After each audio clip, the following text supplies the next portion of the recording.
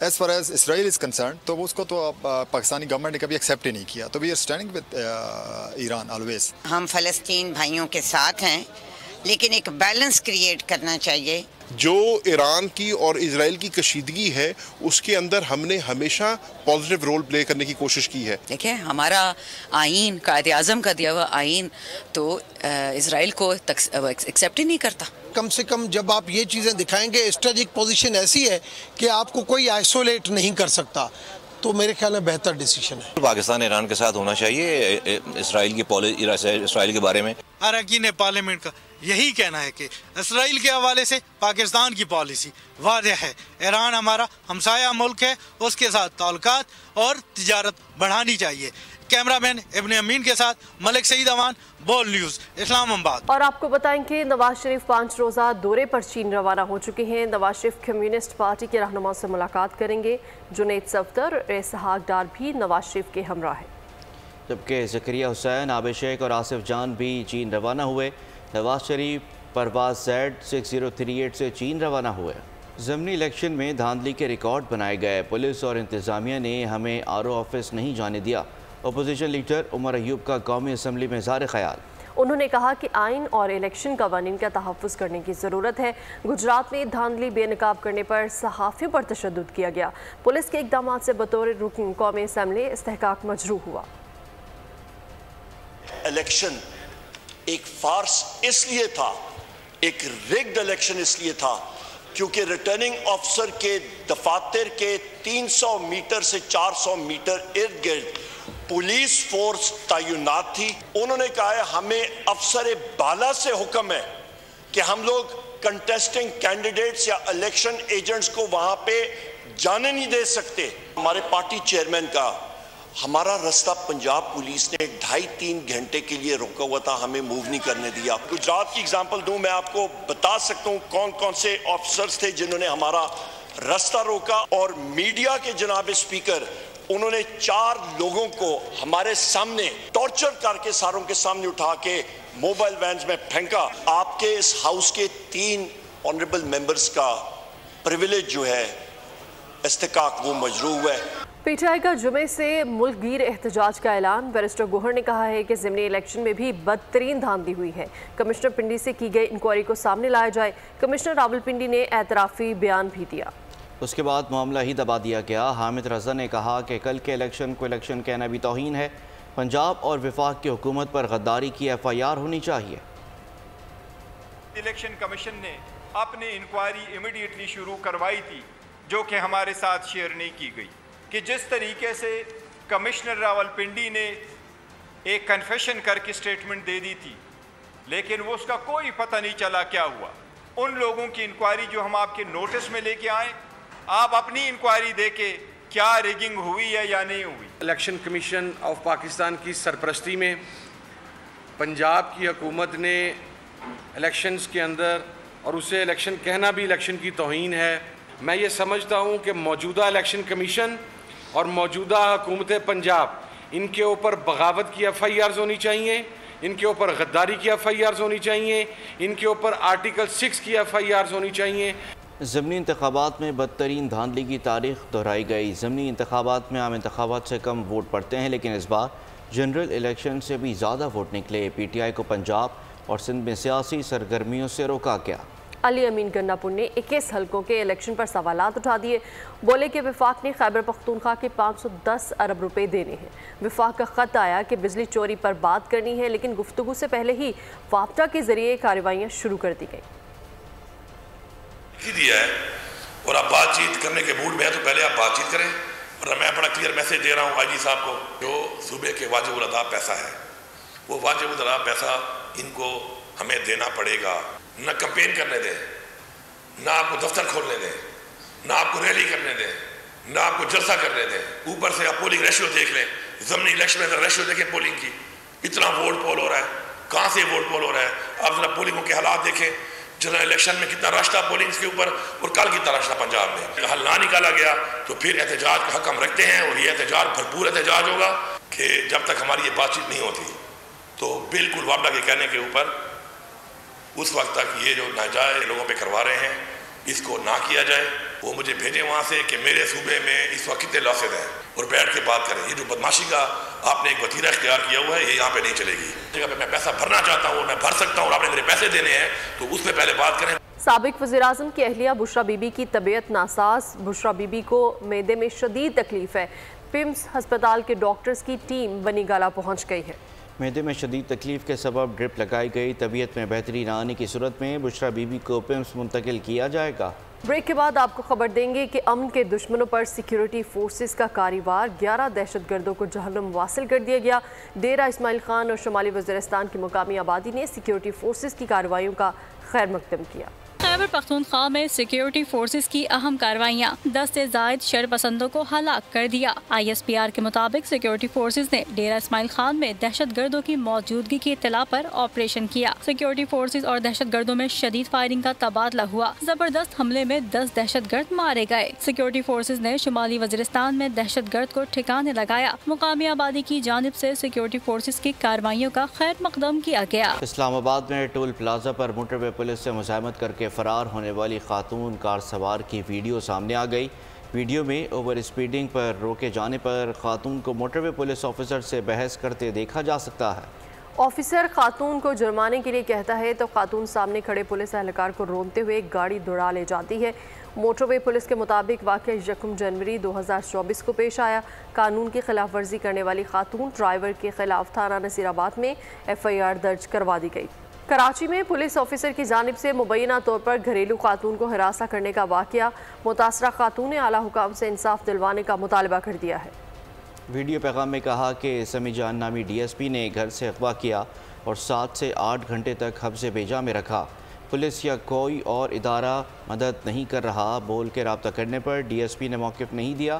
خاتون نے مزید کیا کہا آپ کو دکھاتے ہیں. کہتا ہے کہ میں انسپیکٹر ہوں کہ پتہ نہیں DSP ہوں. وہ یہ کہتا ہے اور اس کی ابھی اسٹیج ایجنسی ہے وہاں سے وہ آتا ہے وہاں پہ ہم لوگوں کو بٹھا کے رکھتا ہے. کافی اس نے ان کو ڈام آ رہا ہے گالیاں والیاں دی ہیں. میری ساس کو بھی وہاں پہ لے کے گیا تھا. میری دونوں جٹھانیاں بھی ساتھ میں گئی تھیں. ہم لوگوں نے 15 پہ کال کی تھی. ہم نے ان کو سب بتایا تھا. میرے جیٹ نے کال کی تھی لیکن انہوں نے کوئی ایکشن نہیں لیا ان کا نام سن کے. پولیس والے ہم لوگوں کے ساتھ ایسے کوآپریٹ نہیں کریں گے تو ہمارا کوئی فائدہ نہیں ہے. ہم لوگ تو یہ ریکویسٹ کر رہے ہیں آپ لوگوں سے کہ آپ لوگ ہماری مدد کریں. ہم لوگ بہت پریشان ہیں. ہماری عزتوں کا سوال ہے. ہم عزت ہماری بچانے کے لیے آپ کے پاس آئے ہیں. اگر آپ لوگ بھی ہماری مدد نہیں کریں گے تو ہم کس طرف جائیں گے. ہم لوگوں کو گلیوں میں خوار کر رہا ہے. عورتوں کو بے عزتی کر رہا ہے. کراچی کے علاقے ناظم آباد میں عمارت کا ایک حصہ گر گیا. 5 شہری زخمی ہو گئے جنہیں اسپتال منتقل کر دیا گیا. عمارت میں پھنسے مزید شہریوں کو ریسکیو کیا جا رہا ہے. واقعے کی اطلاع ملتے ہی ریسکیو کی اربن سرچ اینڈ ریسکیو کی ٹیم پہنچ گئی. اہلکاروں کا موقع پر پہنچ کر ریسکیو آپریشن شروع کر دیا گیا. اور آپ کو خبر دیں گے مٹیاری کی تحصیل حالہ میں پکنک پوائنٹ پر دریائے سندھ میں نہاتے ہوئے 4 بچے ڈوب گئے. مقامی لوگوں نے ایک بچے کو بچا لیا. 3 کی تلاش جاری ہے. سرکاری غوطہ خور نہ ہونے کے باعث مقامی غوطہ خوروں کی کوشش جاری ہے. پولیس کے مطابق اندھیرے کے باعث غوطہ خوروں کو تلاش میں مشکلات کا سامنا ہے. ڈوبنے والے بچوں میں فیضان قریشی، عبدالرزاق قریشی اور عبدالوہاب قریشی شامل ہیں. اور آپ کو بتائیں کہ وزیر اعلیٰ پنجاب مریم نواز عوام کی خدمت کے لیے کوشاں ہیں. پنجاب حکومت نے 50,000 گھرانوں کو 1 kV سولر سسٹم مفت دینے کا اعلان کر دیا ہے. اور وزیر اعلیٰ پنجاب نے پاکستان کے پہلے ورچوئل ویمن پولیس اسٹیشن کا بھی افتتاح کر دیا ہے. پنجاب سیف سٹی اتھارٹی میں قائم ورچوئل ویمن پولیس اسٹیشن میں IT گریجویٹ خاتون پولیس کمیونیکیشن افسر تعینات کی گئیں.